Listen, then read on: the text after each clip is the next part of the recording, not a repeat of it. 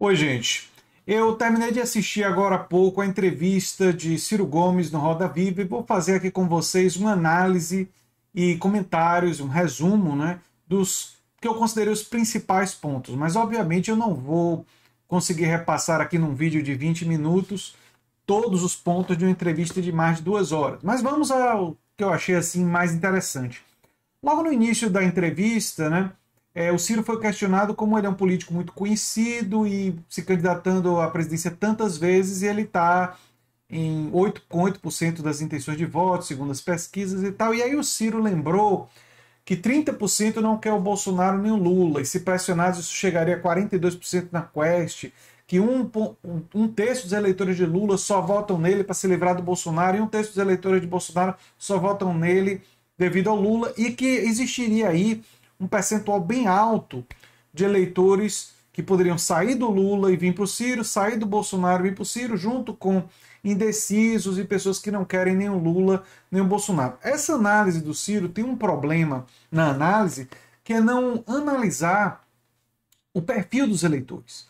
Os eleitores, por exemplo, que estão com o Bolsonaro porque ele é antítese do Lula, discordam da visão econômica do Ciro, do projeto do Ciro. Tem uma parte aí desses eleitores, uns 5 a 6% do eleitorado brasileiro, que são parte da chamada direita liberal.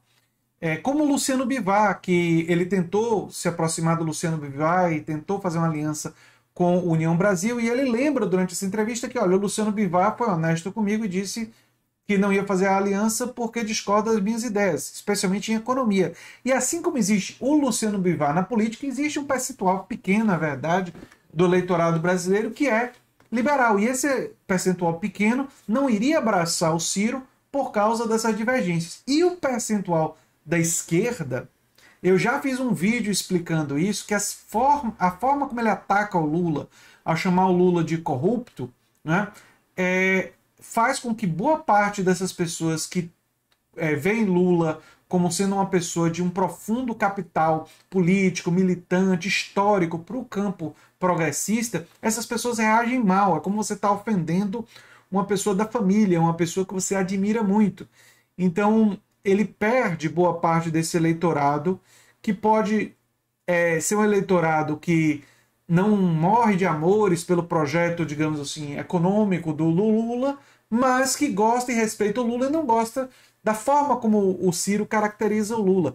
Então existe um erro na avaliação do Ciro desses números, porque sim, esses números existem, mas os votos da direita que não querem ir para o Bolsonaro iriam, se fosse candidato, para o Moro, iriam parte para o Dória, parte deles estão hoje na Simone Tebet, e eles voltaram para o Bolsonaro. Isso, inclusive, que explica o crescimento recente em algumas pesquisas do Bolsonaro, porque eram votos que estavam pulverizados em outros candidatos do campo da direita, e aí voltaram para o Bolsonaro quando a terceira via liberal minguou.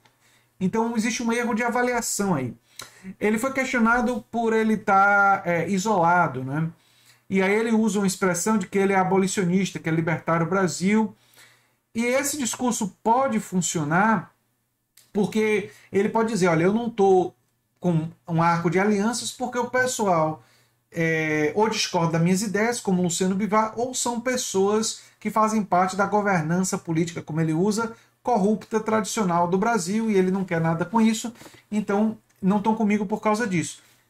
Isso pode funcionar com parte do eleitorado brasileiro, né? Mas também pode soar como um discurso de salvador da pátria. E ele usa a expressão salvar o Brasil, né? E algumas pessoas podem não responder muito bem a isso, podem achar que ele está se vitimizando, né?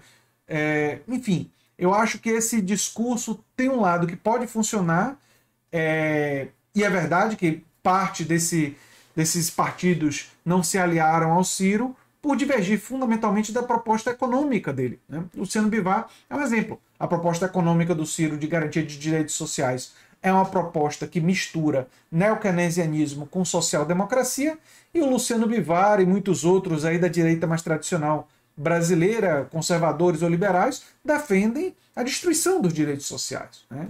Não entendem que o Estado deve ter esse papel, né? Teve um determinado momento durante a entrevista que eu percebi os entrevistadores com muita má vontade. Fizeram perguntas complexas e estavam querendo que ele respondesse rápido. E óbvio, o Ciro estava dando respostas complexas a perguntas complexas. Aí teve um determinado momento que ele se excedeu, aí ele tem uma parte de responsabilidade, porque ele começou quase que a fazer um discurso ininterrupto, né? Devido à complexidade do assunto, questão tributária e tal, refinanciamento, ele se alongou, mas ele melhorou do meio para o fim. Eu não sei se algum assessor conversou com o Ciro, mas ele usou uma estratégia do meio para o fim que diminuía um pouco dessa tensão com os entrevistadores, dando respostas mais rápidas e mais resumidas sobre o tema, reconhecendo que a resposta não seria completa, mas exemplificando e dando uma coisa ali mais resumida, né? Parte do antagonismo com os entrevistadores em algum momento lembrou um pouco do conflito dele com o desconforto que eu senti ao assistir ele com o Gregório do Vivier, né? E eu acho que ele se excedeu em alguns momentos nesse antagonismo e também com parte de responsabilidade dos entrevistadores, que parte deles claramente ou estavam com má vontade ou, como vocês vão ver mais para frente, mostraram desconhecimento. Essa parte foi uma parte meio vergonha alheia, quando eles meio que denunciaram que o que eles sabiam da proposta do Ciro sobre a Petrobras era o programa que o PDT colocou no TSE. Todo mundo sabe, que acompanha a política como eu, que o programa que você coloca no TSE é uma versão resumida do seu programa. E o Ciro já tinha dito na Band que o que ele queria inteirar era 60% das ações votantes, né, não era a totalidade das ações, né? A Malu falou assim, ele vai transformar a Petrobras em capital fechado. Ciro nunca defendeu isso. Então, e o Vinícius também mostrou um desconhecimento sobre a proposta dele de refinanciamento. Eu fiquei até chocado com isso, porque eu pensei, essas pessoas acompanham política? Eu assisto as entrevistas de Lula, de Ciro, de Bolsonaro, mesmo a entrevista de Bolsonaro no Flow, eu assisti, quer dizer, que é quase uma tortura, né? E eu acompanho e sei das propostas e do pensamento. Eu sei que Ciro e Lula, por exemplo, concordam na necessidade de mudança da política de preços da Petrobras. E sei como eles defendem fazer isso, né? Que deixar de ser como um produto de importação e ser um produto custo mais o lucro. E os entrevistados pareciam não saber esse tipo de coisa, né? Teve uma entrevistada Clara, claro, que lembrou da viagem dele a Paris, mas foi lembrado que ele, sim, votou em Haddad, mas não fez campanha para Haddad, né? Não entrou forte na campanha, e quando a Malu disse que queria saber o motivo, compreender melhor, acho que todo mundo sabe os conflitos que tiveram, e até o fato de ele ter sido convidado para ser o vice do Lula, coisa que ele não gostou na época, não é?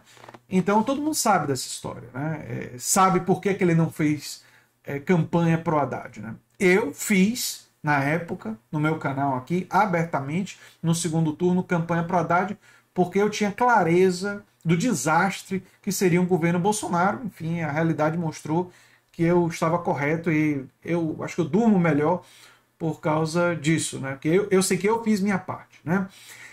Ciro deu uma invertida no Vinícius Freire da Folha de São Paulo na questão do refinanciamento da dívida das pessoas e das empresas, né? Que foi assim épico, né? Porque ele fez parecer que seria uma coisa que teria um ônus muito grande para o Estado brasileiro, quando seria uma atuação do Banco do Brasil e da Caixa Econômica, com troca de política de juros dos bancos, né? Quer dizer, foi um momento assim que eu senti um pouco de vergonha alheia. E ele foi muito bem também ao lembrar, o Ciro, né, do absurdo do imposto territorial rural ser menor, um imposto territorial no ano inteiro, do que o IPTU de um mês em São Paulo. Lembrando que o Brasil tem os agronegócios mais lucrativos do planeta Terra. É um país, quem viajou de avião sabe disso, de tamanho continental, e, no entanto, privilegia e beneficia a oligarquia rural de uma forma assim absurda, né? Absurda mesmo. O Vinícius também tomou uma outra invertida forte. O Vinícius da Folha de São Paulo vai ficar meio com a orelha queimada, né? Quando ele falou das isenções fiscais, que são mais de 300 bilhões de reais, e o Ciro lembrou que na cesta básica tem salmão, tem filé mignon, e a forma dele economizar é tirar essas coisas da cesta básica. É meio óbvio, né? Enfim.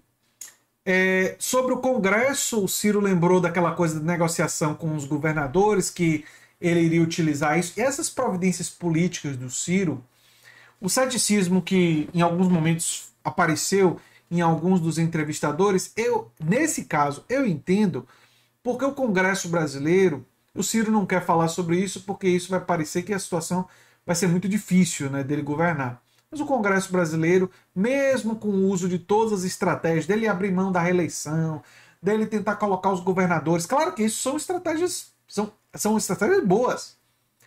Mas mesmo fazendo tudo isso, vamos combinar, o Congresso brasileiro, ele responde muito à pressão de lobby e teria que colocar o povo na jogada, teria que ter pressão popular permanente, teria que ter mobilização popular permanente para o Congresso aprovar reformas, e teria que, muitas delas, ir realmente para plebiscito, como o Ciro falou, que algumas iriam para plebiscito, só o que sobrasse. Ali é um otimismo dele que eu não compartilho, acho que muitas teriam que ir, e seria muita confusão, e ele correria muitos riscos tentando implementar esse programa, né? Então, nesse aspecto, o ceticismo dos entrevistadores faz uma certa dose de sentido, sim.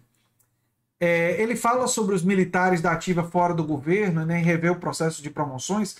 Esse é o tipo de posicionamento do Ciro que, para uma direita culturalmente conservadora, faz ele perder completamente essa possibilidade de votos. Pode ser triste para um cirista ouvir isso, mas é a realidade. Eu estou aqui para falar com vocês francamente. Quando o Ciro diz que o civil vai assumir o cargo do Ministério da Defesa, como ele disse, que não seria nunca um militar, e que militares da ativa não teriam cadeira cativa no governo dele, a direita culturalmente conservadora fica apavorada, porque a direita culturalmente conservadora adora a militarização do Estado brasileiro, né? Não estou diferenciando a direita culturalmente conservadora da direita liberal. A direita liberal até não entra nessa. A direita liberal quer o fim dos direitos sociais, quer privatização de tudo, quer privatizar a Petrobras, a Eletrobras, que é a perda da soberania nacional, não estão nem aí para isso. Mas a direita liberal não entra nessa militarização, mas a direita conservadora entra. E quando ele diz isso, esses são votos que ele não pega, e são votos, eu diria que a direita culturalmente conservadora corresponde a 22 a 25% do eleitorado do Bolsonaro, que é um contingente muito grande da população brasileira. É um problema, é uma situação complexa, né? Já falei da coisa deles só terem lido, muitos deles, o programa que está no TSE, né? E não viram a entrevista do Ciro na Band, que ele explica que é comprar. Eu seria capaz de explicar tão bem quanto o Ciro para aqueles entrevistadores, porque a proposta dele, 2 decretos, o decreto que vai mudar a política de preço da Petrobras para uma política de custo mais o lucro, aí isso vai derrubar o valor das ações, aí quando o valor das ações votantes estiver bem baixo, aí ele pega reservas internacionais e compra para inteirar 60% das ações votantes da Petrobras para poder controlar a empresa, né? Aliás, é um elemento do programa do Ciro que eu gosto, né? E ele falar que o Brasil se tornaria líder em defesa da questão ambiental e tal. Essa é uma parte que eu acho que ele está correto. São boas propostas aí. Vejo dificuldade de viabilidade na questão do enfrentamento com os interesses do grande capital, né? Os interesses do grande capital iriam bater forte nele nisso, né? E vejo erros dele de avaliação política e de estratégia de pegar os votos da esquerda, porque quando ele ataca o Lula da forma como ele atacou, boa parte do eleitorado de esquerda simplesmente desliga os ouvidos e não estão nem prestando mais atenção no que ele está falando, né? Então, estrategicamente e avaliação política, eu acho que o Ciro erra e erra bastante, né? Nas relações internacionais, ele fala em acabar com a vassalagem automática aos Estados Unidos e acabar com o visto unilateral. Concordo, não tem nem muito o que dizer sobre isso. Essa vassalagem do Brasil é um vexame, né? Ele fala sobre a traição, ali foi perguntado sobre a traição do Camilo Santana, o conflito no Ceará, né? Eu não conheço muito bem o caso e prefiro não opinar nesse momento. Quando eu não sei sobre uma coisa, eu prefiro estudar, me aprofundar, né? Não vou opinar sobre isso agora, né? Quando ele fala do crime do Bolsonaro, eu acho que ele realmente cita o pior crime do Bolsonaro, embora tenha muitos, né? Que é o Brasil ter 3% da população mundial e ter 11% das mortes de Covid. Então, o crime da pandemia é o mais grave, é o pior crime do Bolsonaro. Mas conhecendo o sistema jurídico brasileiro, o que o Bolsonaro tem mais chance de ser punido são os crimes em relação às ameaças à democracia, né? Esses são os que o Bolsonaro teria mais chance de sofrer algum tipo de punição, se vier a sofrer.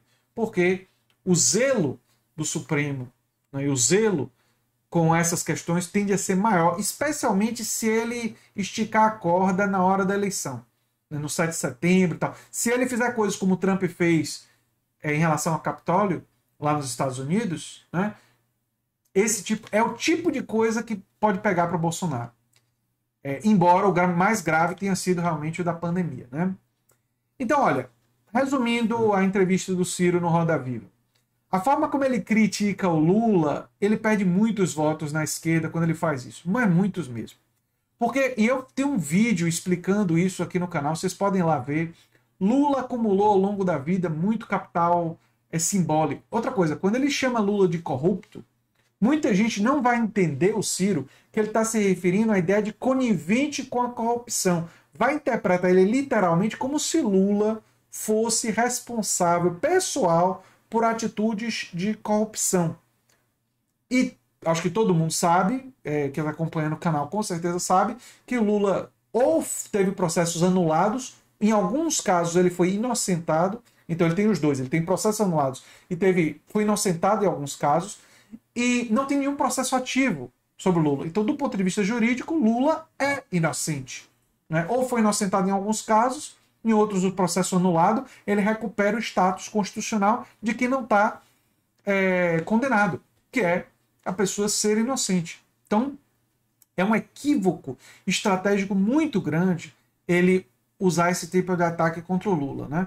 E ele perde quase toda a direita conservadora quando ele fala da coisa dos militares, quando ele se posiciona daquela maneira e quando ele se posiciona de uma forma mais humana em relação a não punir com prisão de cadeia por questões relacionadas a drogas, a cannabis, né?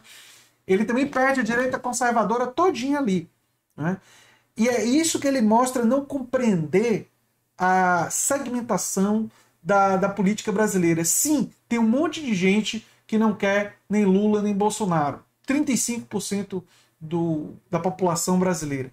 Mas esses votos, dentre esses 35%, desses quase 40%, segundo a Quest, né, dentre esses votos, tem um monte de gente que faz parte de uma direita culturalmente conservadora e que não vai votar no Ciro por causa dessas posições.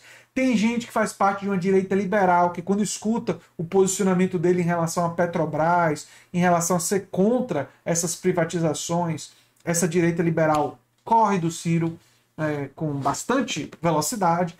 E a esquerda, setores da esquerda, reagem muito mal à forma como ele trata uma das mais importantes liderança da esquerda da história brasileira, que é o Lula. Ele pode criticar o Lula com relação à política econômica, ao tripé macroeconômico, pode criticar o Lula em relação ao quando o Lula diz que vai manter o presidente do Banco Central. Essa é uma crítica legítima e dura que ele pode fazer? Sim.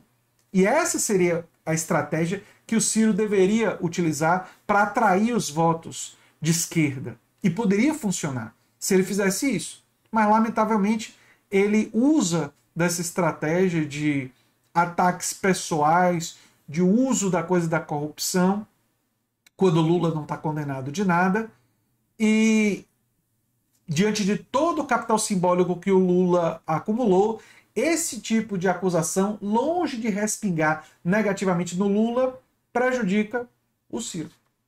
É isso que prejudica o Ciro na eleição. Né? Foi um erro estratégico, um erro, eu diria até mais do que estratégico, eu diria um erro histórico. O momento que o Brasil está vivendo hoje, ele é tão grave que você não pode em nenhum momento fazer o jogo do antipetismo, do bolsonarismo, da demonização e criminalização do PT. Tem um determinado momento que ele fala da direção do PT e tal. E esse tipo de discurso é muito perigoso, é muito equivocado e é inadequado para o momento histórico do nosso país. Sim, críticas da condução econômica e críticas são possíveis e passíveis de se fazer à esquerda do PT? Sim, eu faço e fiz. E se o PT virar governo, como eu torço que ganhe do Bolsonaro, né, derrote o Bolsonaro, e seguir essa linha que não é tão à esquerda quanto eu vou criticar. Mas fazer a crítica da forma como o Ciro faz, que, enfim, favorece o Bolsonaro em certa medida, isso daí é um erro grave e dificulta a situação para ele do ponto de vista eleitoral. Essa é a minha avaliação dessa entrevista, que tem muitos outros pontos interessantes, e para quem gosta de política e acompanha política, acho que vale a pena assistir, embora no momento inicial tenha tido um antagonismo chato entre os entrevistadores e Ciro, e depois a situação melhorou um pouco, né? E ele começou a dar respostas melhores, mais curtas e tal. E os entrevistadores também acalmaram um pouco e começaram a diminuir a má vontade que tiveram em determinados momentos. Ali a responsabilidade foi de ambos os lados, por parte dos problemas. Eu sou André Teixeira Jacobino, canal Nova Máquina do Tempo. Se você gosta do que a gente faz, se inscreve, dá um like, compartilha. Quem sabe se torna membro, apoiador do canal. Quem sabe faz um dos nossos cursos para aprender mais sobre política, sobre reflexões sobre estado de bem-estar social, fascismo, socialismo, comunismo. Tem muito desse conteúdo nos nossos cursos. Mais informações no comentário fixado. Um abração e até o próximo vídeo. Tchau, tchau.